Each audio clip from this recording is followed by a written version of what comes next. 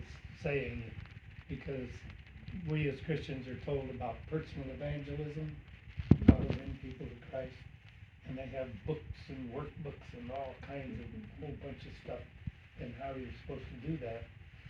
And I can tell you how to share your faith in 30 seconds or less.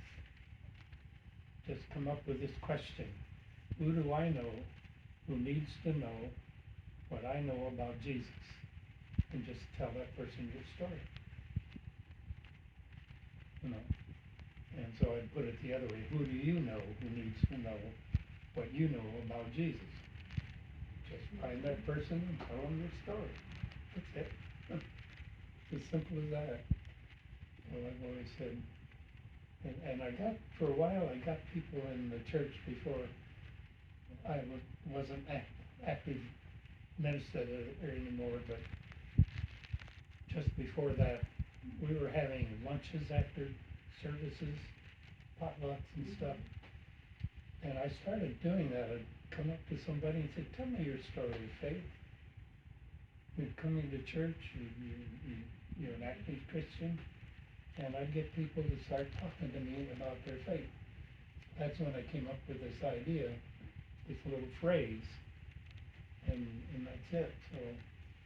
So instead of beating people over the head with the Bible, I'd rather say, I'd like to share you my faith, tell you my faith story if you're interested. And I had another program for a while called Conversations in Faith.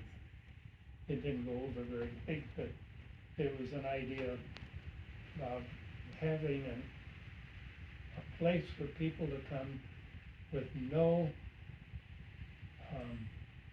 not evangelistic at all. Just come talk about what you believe or don't believe.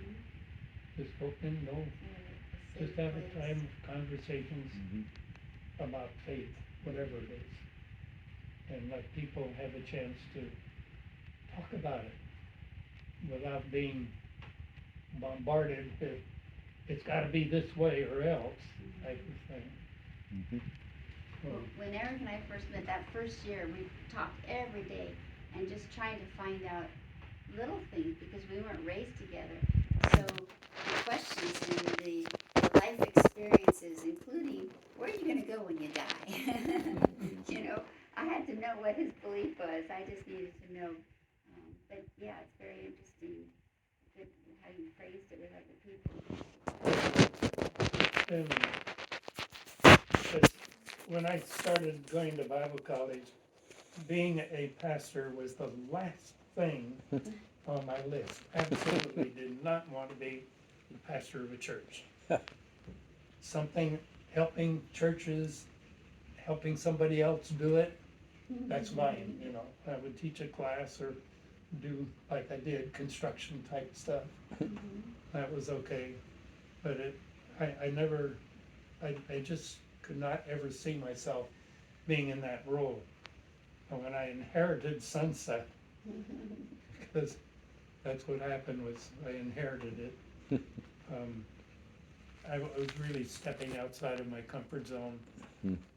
And consequently, I never performed exactly traditionally as the pastor with the white shirt and tie. Well, the North Shore is a unique place, so I think you probably had a style that fitted, that blended beautifully with how large was your congregation? When I had it, it ran between a couple of dozen and about 100 or so, up and down, up and down. Yeah. I don't know why. Yeah. Did you have any members that were with you throughout the time, or did they all come and go? They mostly came and went. Yeah. We had a lot of service people in those early years. Schofield hadn't done a lot of housing construction up there yet. Service people would come, and if you had a carport, you could rent it out to a service family. Put a couple of boards across the opening and cut a window or two on the side, and you could rent it out. Wow. Because there was just no housing out here. We had a lot of service people, and they came from various church backgrounds, not necessarily the Christian church, but we were the church in the community, there's no one else. Mm. So, And your parents were Presbyterian, weren't they? Presbyterian. And we moved to Williamsport sometime when I was young. I was probably maybe 10, 12 years old. My parents went to a traditional Presbyterian church, and my father and I guess some other members, they decided that they didn't like that church so much. They went off and they started their own Presbyterian church. So they raised money. They and bought some ground, built the building, did it all. The funny part was, before they were able to break ground and build this new church building, they needed a place to have their worship services. Well, the only place they could find was in an old tavern, a bar room, because they of course they were open Saturday night, but they weren't open Sunday morning, so they rented this tavern, and you'd go in, it smelled like beer, or something. Yeah. But that's where they held the church services. Sunday, I went to Sunday school there, and little rooms, everything. So that they always joke about that. But they finally raised enough money, built the church, built the building, and it's still in existence today. So my father was one of the founders of the church. wow, So yeah. oh, that's good. Yeah, it's, What background is yours? My mother was raised by her mother as a Christian Scientist. mhm. And then as an adult, she became well into her 40s. I think she went to the Lutheran church. My father was a Pentecostal, so he was raised with the full-on hellfire and brimstone. Oh, yeah. My father, when my parents divorced, he used to send me sermons that were terrifying to me, because I'm sure the rapture was going to take place and I was going to be left behind. Yeah. Oh, But boy. there was a lot of fear, but then I found my own way. Yeah. So And so it turns out that our grandmother, are on that side of the family, were all Quakers. Oh, Being in Pennsylvania, they were all friends. And we found their grave sites and that whole family in Pennsylvania in that beautiful, beautiful old Quaker meeting house, nice. they call them, instead of a church. Yeah. Beautiful old Pennsylvania stone, field stone. They built beautiful old buildings in that area. It was built in the early 1700s. So they go way back, and so that whole family is all buried there in the Quaker church. In fact, we met the caretaker, and he told us, well, because of our background, we're also eligible to be buried there if we wanted to be. Oh, really? Yeah. Well, my So- Does it grandmother- still exist as a worship place? yes. Yeah. I think they call it a meeting house. Yeah, meeting house. Yeah. But it's very Yeah. interesting. But there was a lot of in that area of country. There were a lot of Quakers. They were the original settlers and Mhm. immigrants from Europe, England, and Mhm. so there's a lot of Quaker heritage there. Yeah. It's sad that there's butting of heads in Christianity, Sure. different. And I've been privileged to cross these areas a number of times. When early on over here, I went and met the pastor of Lilio-Kalani Protestant Church in Haleiwa, and got acquainted with him, and became sort of a mentor for me, because I'm, wet behind the ears and stuff, and he would give me advice, not advice, but like Madeline used to say, I don't give advice, but I make a suggestion. And so he would help me with that. So we became good friends. He would give reassurance.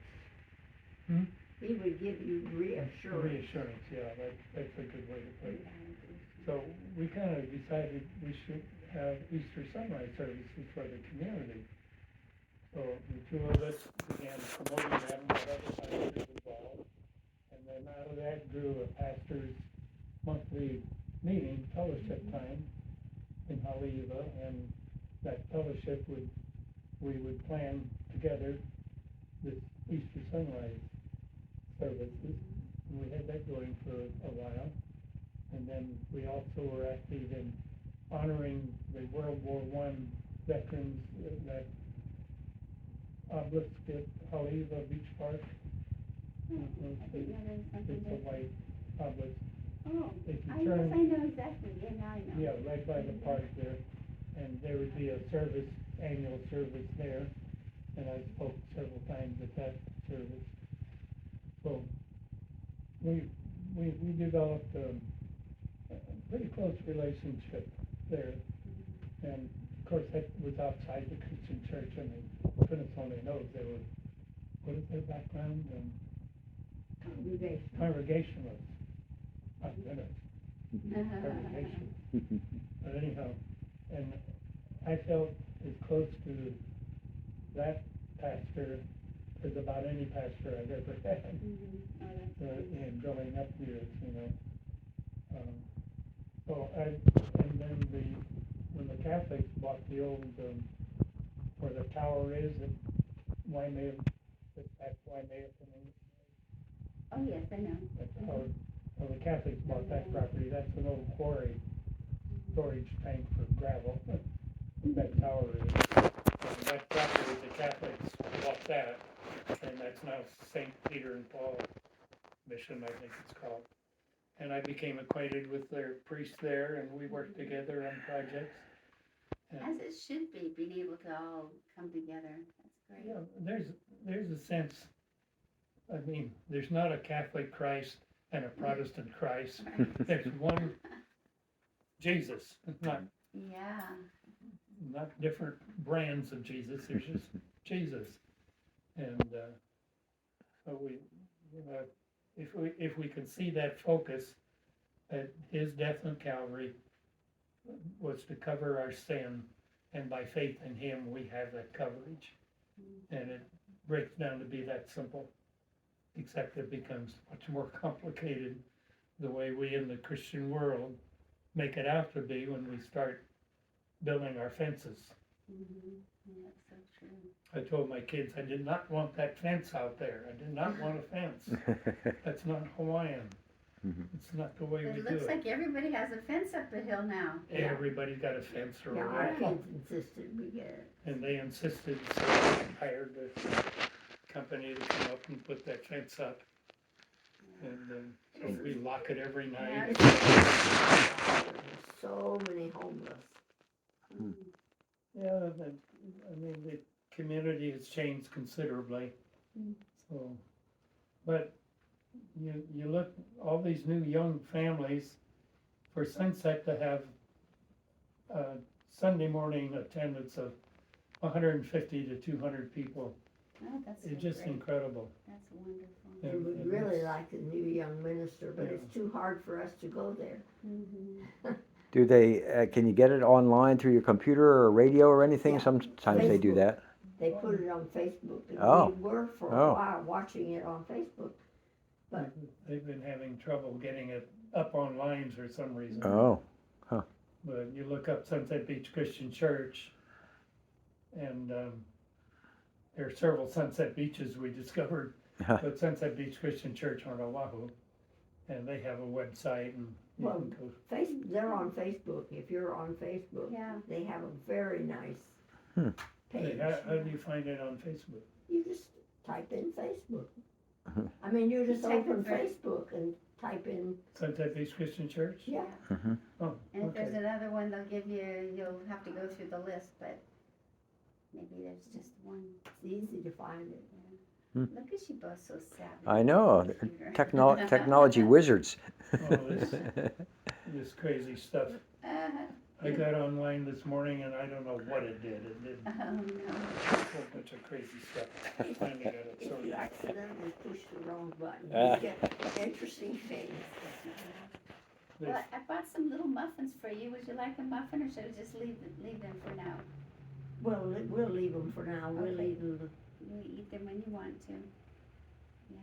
Are you hungry? No. Did We you had a eat bit- shrimp? We did.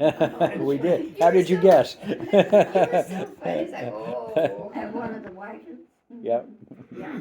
My, Giovanni's. my granddaughter, my oldest granddaughter, stayed with us a lot, and she loved the shrimp.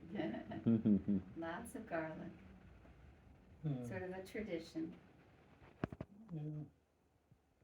Yeah, well, You folks have had a colorful lives individually and now collectively.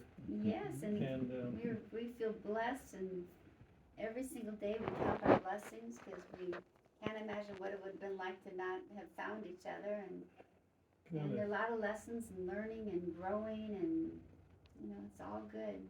how often are you able to get together? Oh, sometimes every 4 months or 6 months, or Have you ever been to his house? I have been to Pennsylvania. Yeah, great place. Not in the winter, though. No. And that probably won't happen. Yeah, Fall, you were there in the fall. I was there in the fall. Warmer That's a winter beautiful moods. time. Yeah, very nice. Yeah. It's been wonderful to meet you two and have you come into our lives. Thank you. Because Val is a very important part of my life. Well, and we feel the same way about you, that it's, so thrilling to hear your stories and your relationship with someone that I never met, but You're likely, if you go all around the island to this time of the day, probably won't be too bad going that direction. Rebecca gets out of school at 3:30, and sometimes she hits horrible traffic. Just coming from Wailua, should be a 15-minute drive, and it'll end up taking her nearly an hour. yeah, we do have an airplane to catch tonight. That's a little unpredictable. Yeah. We gave ourselves all day just to get here, visit with you. We probably overextended our visit, but Oh, that's fine. Well, we have enjoyed it. we've enjoyed it as well. Such a treat. Figured we've come too far to miss this opportunity, so Well, we sure appreciate you making this thank trip you. over just to see us, and we feel very honored. Are you gonna be able to get those big trays? We'll something? figure out a way. Okay. I may ship them. Yeah, I told Glen, Yeah, maybe I don't envision a UPS would box suitcase. them up and Probably. ship them. Yeah, I don't see how. Yeah, I think I can do that pretty easily. So, They're going to be a great display. I think where it's are you wonderful. staying in Maui? We have a condo over there. oh. So when my husband and I come over, we're usually there from January to April. This year we're going to stay into May. So. Well, And then he says he hasn't been over to Oahu in many years, so he'd like to come over to Oahu, so we might make a quick trip. But What does he do? he's retired. He was an engineer at the Livermore Lab. Oh, okay. What kind of engineer? He was mechanical. Mechanical He engineer. worked on the big. My neighbor in the back here is a mechanical engineer. And, He had some Yeah. good projects. yeah, and smart brain to be a mechanical engineer. Yeah, I think so. Are you retired? Yes. It's been wonderful to have you folks here. I wish we're just not able to go out wandering around much anymore. Well, Last time we were here, you took us down to the beach and showed us the Val's Reef and Oh, yeah. location of his old house, and Mhm. that was very nice. We really appreciated that. That was when Carl came down, and do you remember the lady from the newspaper came Oh, that's right, yeah. and talked to us? Yeah. We haven't had a little, And did you ever see that article that came out? no, I don't think. No, she wrote an article in the paper, and it was very interesting. Mhm. Well, I have copies. I can send you one. electronic at least. Yeah. Lee Cataluna. Lee Cataluna, yeah. that's right, yeah. She was with Channel 2, I think. She. What's the newspaper? Star, Honolulu Star Advertiser. Advertiser, Yeah. Now she's That's doing right. something with Civil Beat. That's right, Civil Yeah, Beat. so she's changed, Maybe I did changed see with that. them recently. I'll have to look Connect in with her sometime. some of my stuff, and my files are so mixed up now. I want my kids to help straighten out the 2 file drawers over there. But, 'cause I can't write legibly, to make labels on them, and so we rely on the grandkids to That's nice. do that kind of stuff, and I just haven't gotten, well, I might have an copy of that article in there, but I'm not sure Hmm. if I do or where. Well, we can always send you one. Yeah.